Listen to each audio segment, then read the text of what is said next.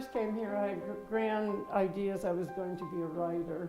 So after about 2 years, I thought, no, wait a minute, you got to make a living when you get out of here. So I switched to education and became a teacher. My fondest memories, of course, is Punch Pannier. His name was Don, we called him Punch, and he had this car, but the car had no floor, there were holes in the floor. But Punch would always give you a ride if you had to go places. If you had to go to Joliet, if you had to get to a place over in Lockport. Of course, the girls were not allowed to have cars, so we really were dependent on that kind of thing. So, the year after I graduated, the dean at that time, who was Jim Keating, he hired a lot of new instructors, and he wanted to have a welcoming party for them at his house, which was one of those brick homes down on what they used to call Faculty Row. And but he wanted to have some women there, and he didn't know any except the people who had graduated. So he gave me a call and asked us if we would come to the party. So, well, big deal. We said, sure, we'll come, And that's where I met my husband. And actually, several years later, we ended up living in that house with our children. They had a great time. Brother Pius was a golfer, and that whole main road that was coming up, it used to be like I'm trying to think. Anyway, it's a big open space, and he practiced golf over there because it was full of these little gopher holes, And if you sat there for long, you'd see all these little heads popping up, But my three and Bob Sullivan's little girl would always run out there when they saw me, and they would sit very patiently until he shot all his balls, and then they would run all over the place collecting the balls. They loved it.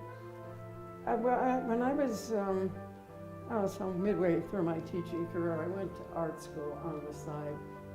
I decided after I retired from teaching, I took early retirement and I started an art business. And I had done a benefit for a local public library, and I knew Bob Sullivan, who was head of theater here then, and I think Chet Kondratowicz was here, and Keith, who's still here, Keith White. It has come a long way, and I've seen several different theaters built, and one burned down.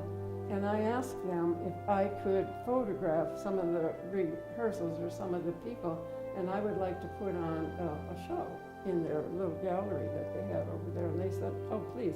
And then I said, and then a percentage of the profits would be donated to Lewis. So that's how they came to know my paintings. A lot of the actors themselves and their families purchased paintings. She said, well, let's do some paintings of all the buildings around the campus. So I did, and they're hanging all over here, not quite a few of them. But I was in the first play they ever did.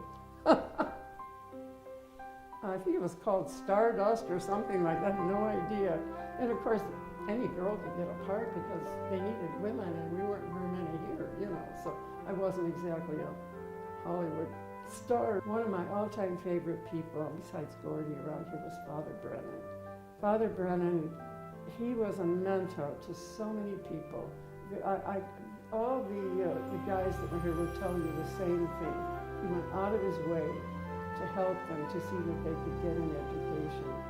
And then I remember when I was in my third or fourth year here, he decided we would have oral exams in order to graduate. And we were thinking, how could he do this? How are we going to remember all these things from 4 years? So anyway, we all had to go through it. And I met him sometime later, many years later, at a thing that they had for him, a celebration of some kind. And I mentioned that to him, and I said, what a joke that was. He was incensed. He said, that was not a joke.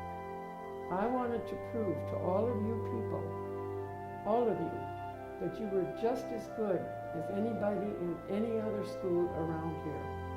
And I thought, well, I guess I got told, but I just loved hearing that. I really did. He was a wonderful person, he really was.